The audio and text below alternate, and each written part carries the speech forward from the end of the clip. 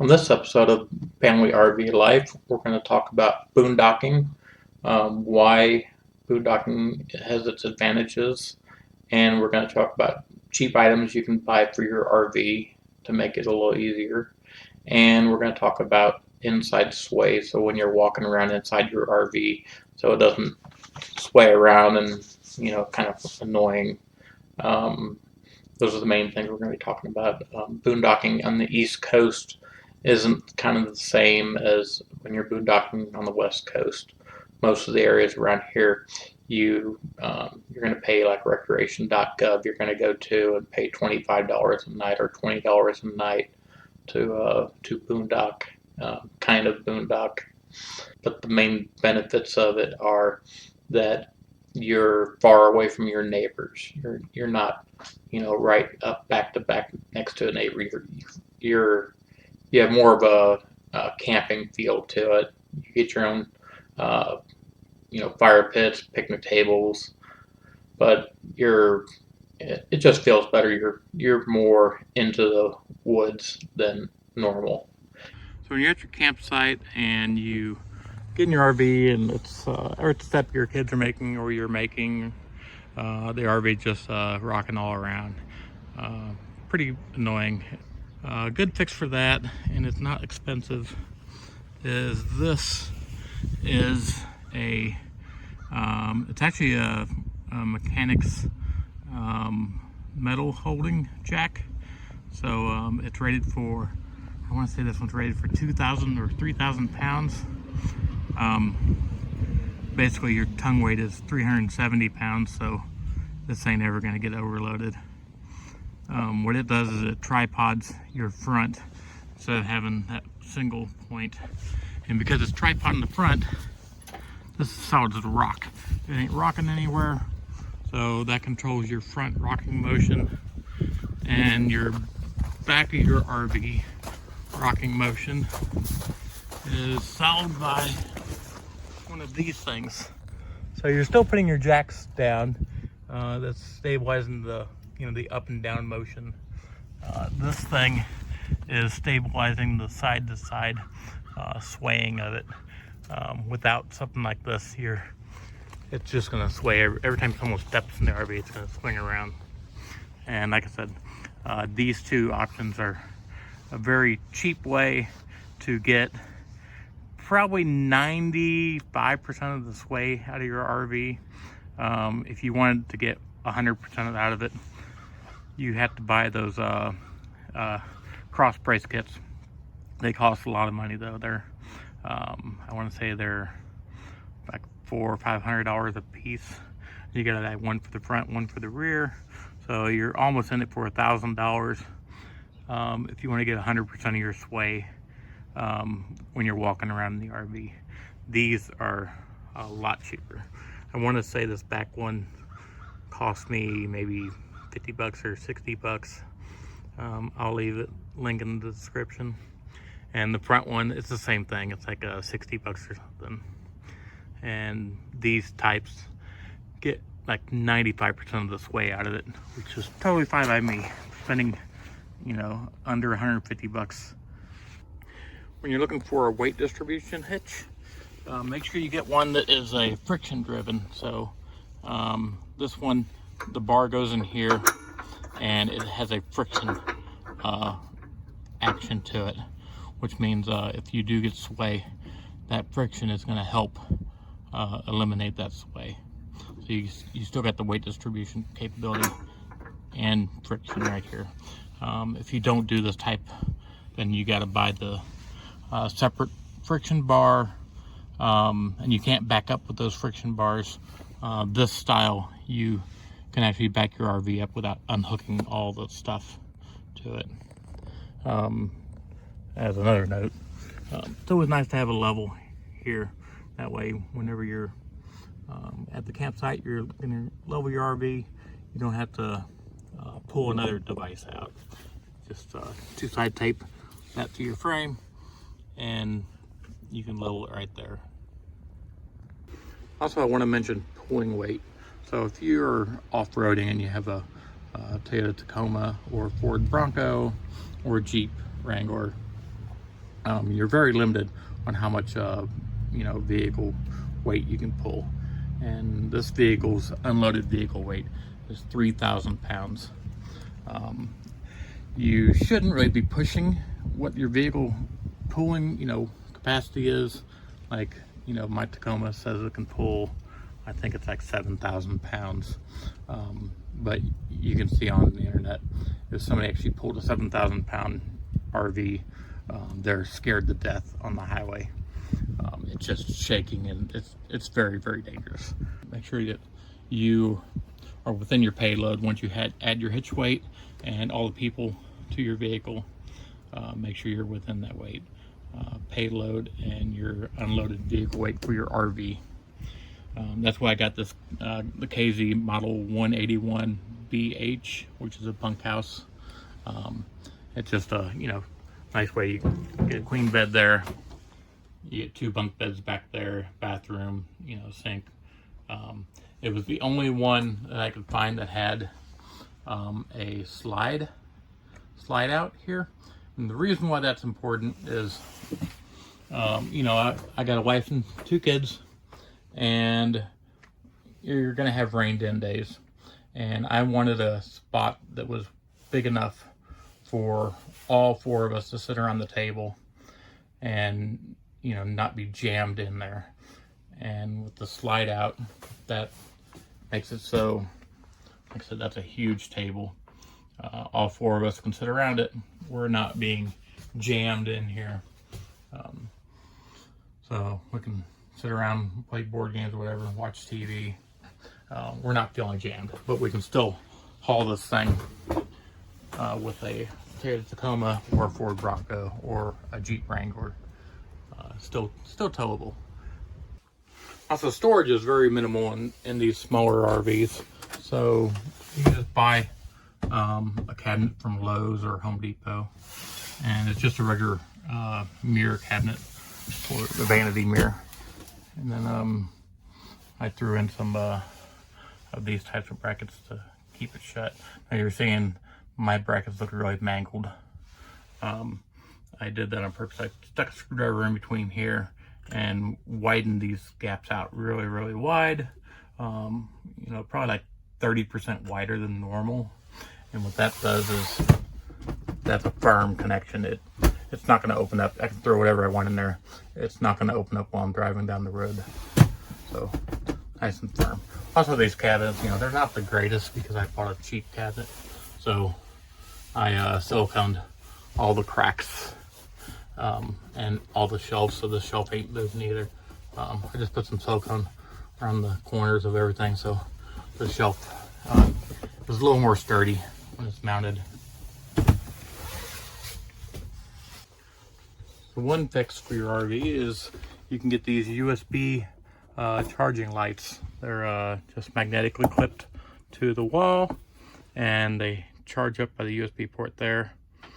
They last a really long time, and then you can have a little night light wherever you need them.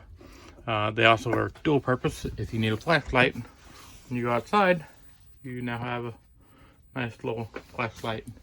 You don't have to carry an extra flashlight. Another one is these 12 volt fans. Pretty quiet for the RV. Just a good way to get some air movement. So when you're boondocking, you can get a little extra air.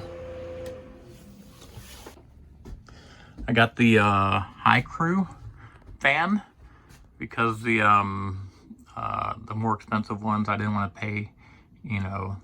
I don't know how much they are, but they're expensive. I didn't want to pay $300 for a fan. This one, I always put it on 3, and on setting 3, it probably pulls a little higher than low on the expensive fans.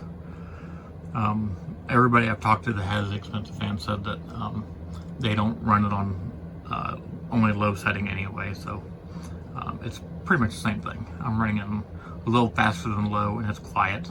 I'm not hearing anything in the RV. You can see when you're over here, you can barely hear it in the RV. It has great suction, sucks all the hot air out of the RV. So a good option. And like I said, I think they're like $100 or something. I don't know for sure.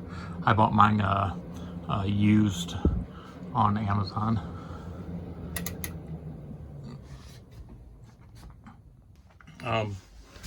Because I don't like replacing batteries on things. It's just a thermostat. Tell me what temperature it is in here.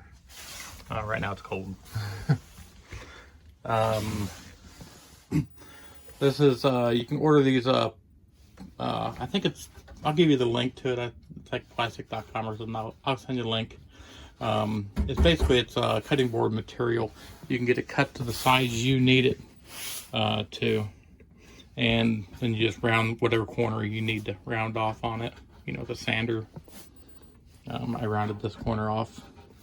And put little stands on there so it can cover my stove. Just a good way to get yourself, you know, double up your counter space. So having that little bit of counter space. Now I got all that space. And it's made of cutting board material, so you can dual purpose it. Another thing is TV. So when you're boondocking or regular, you need a good way to mount these things. And you can see these walls are very flexible. You know, there's no structure inside these walls. So I anchored it with this board, and then I anchored 4 anchor points there and a couple over here. It's not the prettiest thing, but I guess if I wanted to paint it, I could, but the TV covers it all the time, so I'm not concerned about it. Like I said, TV's always covering it, so nobody's ever seen it. I originally used the those little hookets that stick on your wall everywhere, and I found that in the real world, they, you know, hanging coats on them on and off all the time, they fall off the wall. So I basically, it's a good idea, use those little hookets the first year to see where you're actually going to be using them. You can stick them everywhere you want, it doesn't matter. Just find out where you're going to actually be using them at, and then once you find out where you're going to be using them, take them off and add something that's really, you know, not going to fall off. I can hang my body weight off this thing. It ain't going anywhere. And like I said, I found a spot for there. And over here, I found a good spot over here for my wife's purses and stuff, or anything else she's hanging. These are just for all our jackets to hang off. The RV did come with a USB port, so I just put a shelf over here and put 2 phone chargers. They're unplugged now because I don't want to start draining on the battery. But then you can have a nice spot to throw your phone to wireless charge them.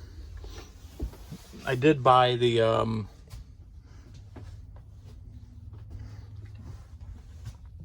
lithium LiFo 140 amp hour, because I do plan on boondocking a lot, and you got to have a way to measure it. So, and I'll leave you a link to this too. This is a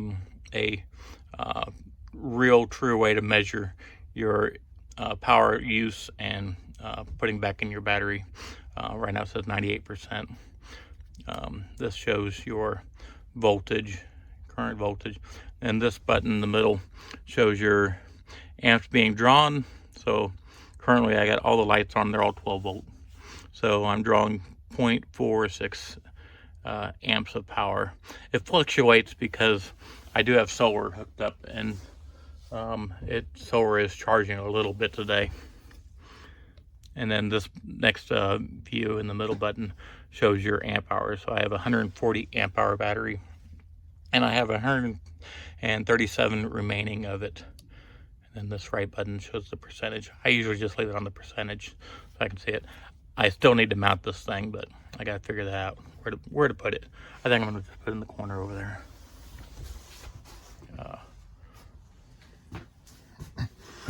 When we're talking boondocking, we need to have a way to, you know, charge all your devices. So I got the bottom one, that's just shore power. When I'm hooked to shore power, I know that's got power there. This top one, I just click on, it's hooked straight to the 12 volt supply from the, I just tied it to one of the breakers that were free. And now I got right here, got 2 USB ports, fast charging. And I got a cigarette port here. It's nice to have a cigarette port so you can plug in those power inverters if you know, as an option. If you need it, you need it. Or you can just put in the cigarette lighters that have a couple extra USB ports if you need to. So cigarette port gives you the option of both. Turn that off. And over here, same thing. So I got this top one is running off my inverter for the battery. And when I'm plugged into shore, that's my shore power down here. I'm plugged into shore right now, so I turn that on. The light comes on. I just got these plugged in, so I definitely know which one I'm running right now. I got a power inverter that is down here, and the inverter will power. Let me turn it on. I'm in winter mode right now. All right. So it's a 1200 watt power inverter. Make sure you get the power inverter that's rated for your battery output. So if you think of a lithium battery, it has, my 140 amp hour lithium battery has 100 amps of output max. So 100 amps of output max means I cannot pull anything over 1200 watts. It just can't do it.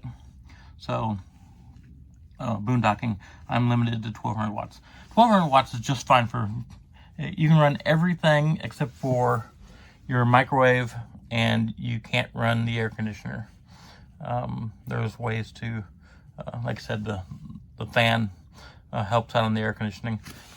It's only a few months, maybe 1 month out of the year, I can't RV on boondocking because it's too hot. So I can use the inverter for everything. And that inverter up here, you can see, I got a little remote switch for it here. It'll turn off in a second. And turn the inverter on. And now the battery is powering this. What I did is the inverter's powering this set here. And I always had the TV plugged into the inverter. That way, TV and Blu-ray, I can just watch them whenever. You figure your juice you're pulling off of TV when it's not running is so minimal. And believe it or not, TVs don't, it's not like the old TVs. These TVs, they're pulling like maybe 40 watts of power. It's so minimal. So if you're watching TV all night with 140 amp hour battery, you're not drawing anything. It's just nothing at all. The fans draw more power than that TV does. Another nice item is these things I found on Amazon. They are shoe holders. So when you're coming in your RV, you don't have a spot for your shoes. I am a size 13, so they don't work for me, but for my wife and my kids, they work great. But you can see a size 13. They kind of work. They're just a little, I guess they do work for 13, but they're just a little tight. Wife and kids, their shoes can fit in there just fine. I put mine on the corner over here. So it just gets those shoes off the floor. You know, you don't have much space in an RV. So everything I have mounted in the RV, I'm using these things to mount with. These are rated about, I think, 40 or 50 pounds a piece. You can see that's what's holding my brackets on the TV together. behind all of these, I have these little things screwed into the wall. They are what makes, you know, this thing hold, you know, 200 pounds. Without that, these things would just rip right out of the wall, because you know how RVs, they're pretty soft, the walls are. So I highly suggest getting these to mount anything you're going to permanently mount to your walls. Even here, I used them to mount that to the wall. Anything I'm mounting, I'm using these little screw brackets to hold everything to the wall.